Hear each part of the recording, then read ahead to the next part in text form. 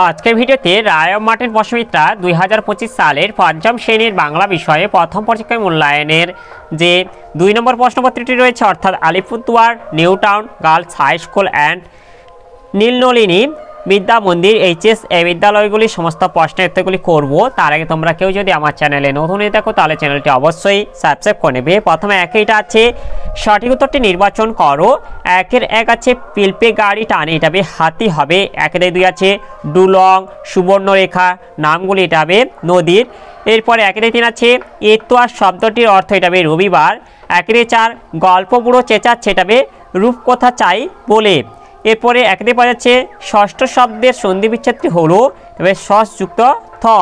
এরপরে একেতে ছয় আছে তিনি আমাকে গল্পের বইগুলো দিলেন, এখানে দিলেন শব্দটি হলো ক্রিয়াপদ। এরপরে দুই দিকে আছে শূন্যস্থান পূরণ করো, দুই দিকে এক আছে এটা হবে ডুলং হবে নদী, খানিক বাদেই মিলেছে সুবর্ণরেখায়। এরপর দুই দিকে আছে যার যত, এটা ফরমাস হবে সব তুমি করো। এরপর দুই দিকে তিন আছে দিকযুক্ত অন্ত, এটা হবে দিগন্ত। দুই দিকে চার আছে বাক্যের মধ্যে কর্ম থাকলে সেটি তবে সকর্ম ক্রিয়া হয়। এরপরে তিন দিকে আছে নিচের প্রশ্নগুলির উত্তর লেখো। তিন দিকে এক আছে একটা আনন্দেরই কাজ হয়ে দাঁড়ালো, এখানে কাদের কিসের আনন্দের কথা বলা হয়েছে? এখানে এটা হবে জোয়ানদের, আর হচ্ছে হাঁস দুটোকে দেখাশোনা করার কথাটা হচ্ছে এটা আনন্দের বলা হয়েছে। এরপরে তিনে দুই যেটা আছে জোয়ানদের ঘাঁটি কোথায় ছিল, এর উত্তরটি হলো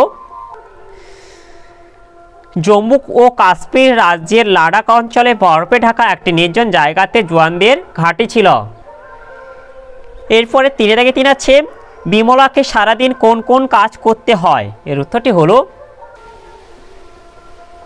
বিমলার কাজের বর্ণনা। বিমলাকে সারাদিন নানা রকম ফরমাস খাটতে হয়, মায়ের নির্দেশে সে পুজোর ফুল তুলে আনে, ছোট ভাই অবনী কান্নাকাটি করলে তাকে সামলাতে হয়, বাগানে ছাগল ঢুকে পড়লেও তাড়াতে হয় তাকে, মা যখন দাদাকে খেতে দেয় তখন দাদার পাতে নুন দেওয়ার কাজটিও সে করে, আবার মায়ের পান ঝাল হলে বিমলাই চুন এনে দেয়।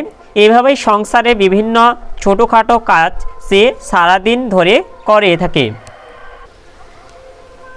এরপরে তিনে দাগে চার যেটা আছে বিমলার অভিমান কবিতায় বিমলা যে কয়টি মেয়ের নাম উল্লেখ করেছে তাদের নাম লেখো, এর উত্তরটি হলো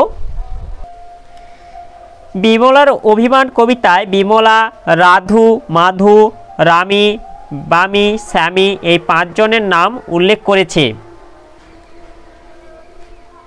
এরপরে তিনের পাঁচের আছে গল্প বুড়ো ঝোলায় কী কী ধরনের গল্প আছে, এর উত্তরটি হলো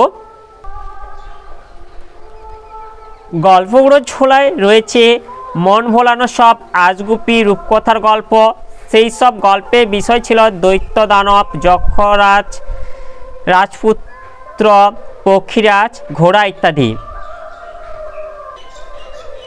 এরপরে তিনের ছয় যেটা আছে হাবু কোথায় গিয়ে কার কাছে নালিশ জানিয়েছিল, এটা হবে হাবু থানায় গিয়ে বড়বাবুর কাছে নালিশ জানিয়েছিল। এরপর চারিদিকে আছে সন্ধি বিচ্ছেদ করো, চারিদিকে এক আছে তরু ছায়া, এটা হবে তরুযুক্ত ছায়া তরু ছায়া। চারিদিকে দুই আছে উচ্চারণ, এটা হবে উচ্চযুক্ত চারণ, এটা হবে উচ্চারণ। এরপরে পাঁচে দিকে আছে বাক্য রচনা করো যে কোনো দুটি, পাঁচে দিকে এক আছে ক্ষীর, পাঁচে দিকে দুই আছে চাঁদ, পাঁচে দিকে তিন আছে নালিশ।